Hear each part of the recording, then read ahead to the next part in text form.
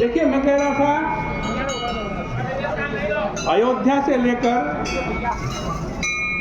लंका तक की यात्रा में यदि आप क्रम देखेंगे, क्रम, तो आपको दिखाई देगा कि भगवान पहले मनुष्य और मनुष्य में सामीप्य की सृष्टि करते हैं, फिर मनुष्य तथा पशु पक्षी में जो दूरी विद्यमान है उसे समाप्त करते हैं, और फिर मनुष्यों तथा राक्षसों में सामीप्य की सृष्टि करते हैं। इस तरह से कह सकते हैं कि भगवान श्री राम ने इन सभी यात्राओं के द्वारा सबको मिलाकर एक कर दिया, और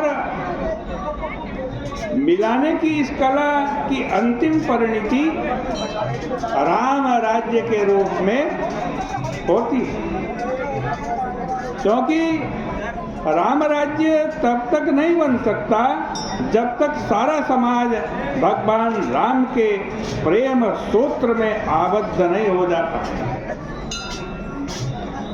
रामायण में एक बड़ी मीठी बात आती है कि विभीषण जब भगवान की शरण में आए तो बंदरों ने उनको रोक दिया। उनको लगा कि विभीषण तो निशाचर है और भगवान राम सूर्यवंशी है, इसलिए अंधकार और प्रकाश का भला साथ कैसा। सुग्रीव तक की बात तो उनको ठीक लग रही है, क्योंकि सुग्रीव की भी परंपरा सूर्य से जुड़ी हुई मानी जाती है, पर विभीषण यह तो अंधकार की परंपरा में है। आज कहते हैं जब विभीषण से परिचय पूछा गया, तुम्हारा परिचय क्या है, तो उन्होंने कहा कि मैं तो रावण का भाई हूँ। बंदरों ने सुना तो सोचा कि एक तो निशाचर और मैं रावण का भाई, यह तो करेला और नीम चढ़ा वाली बात हो गई। इसलिए विभीषण जी को रोककर सुग्रीव को सूचना दी कि रावण का भाई प्रभु से मिलने के लिए आया।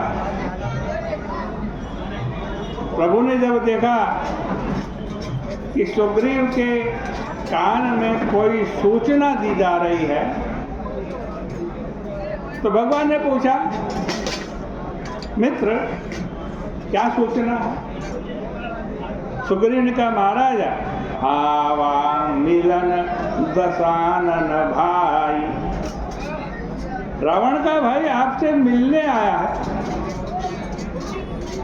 प्रभु चाहते तो कह सकते थे कि किसी के भाई के रूप में परिचय देने की परंपरा उतनी नहीं है जितनी कि पुत्र के रूप में, कि यह अमुक का पुत्र है। विभीषण विश्रवा मुनि के पुत्र हैं, इसलिए सुग्रीव को कहना तो यह चाहिए था कि विश्रवा मुनि के पुत्र आपसे मिलने आए हुए हैं, पर वे तो अपने शब्दों में ही विरोध प्रकट कर रहे हैं। इसलिए सुग्रीव ने कहा, महाराज विश्रवा मुनि का बेटा नहीं, रावण का भाई आया हुआ। इसका अभिप्राय है कि ऐसे व्यक्ति का यहाँ क्या काम।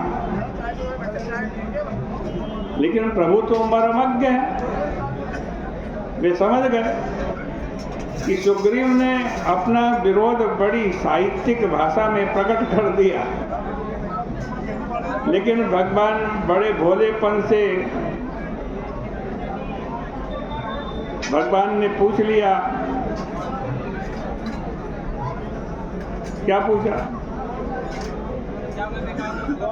कि कहा प्रभु सखा पूछे ये कहा, कहा प्रभु सखा भूजे ये कहा। अब मित्र कोई है आया है तो उसमें पूछने की क्या बात है। अब सुग्रीव से नहीं रहा गया,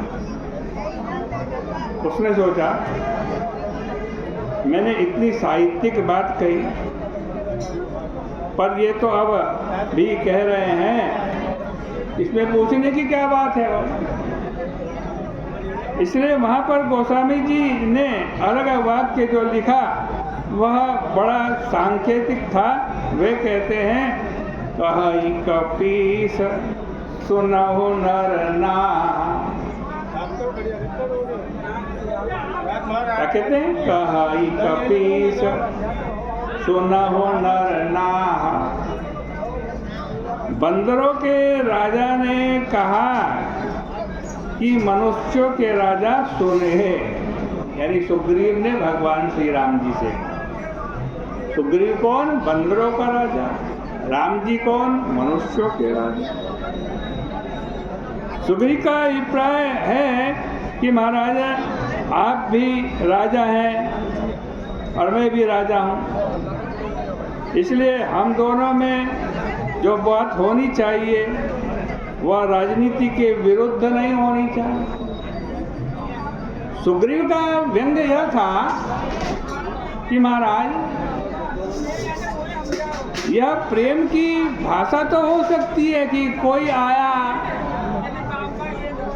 तो उसको बुला लो, उसमें पूछने की क्या बात है, लेकिन यह राजनीति की भाषा नहीं हो सकती। प्रेम में तो हो सकता है कि सबको अपना लो,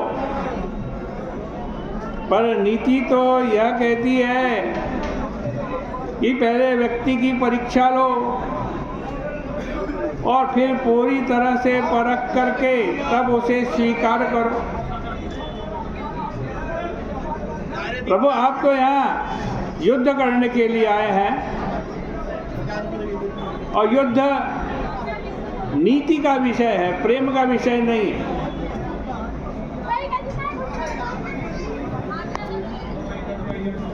युद्ध किसका विषय है? नीति का।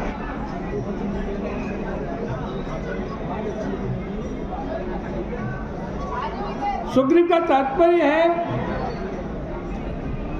कि सेना लेकर कोई शत्रु से युद्ध करने आया हो तो इस स्थिति में नीति के द्वारा ही निर्णय होना चाहिए।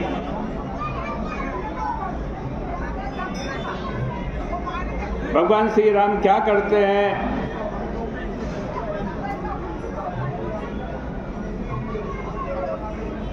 आज इसकी चर्चा कल के प्रसंग में आपके सामने कहेंगे। आज समय परिपूर्ण हो रहा है। बोले गंगा मैया की जय।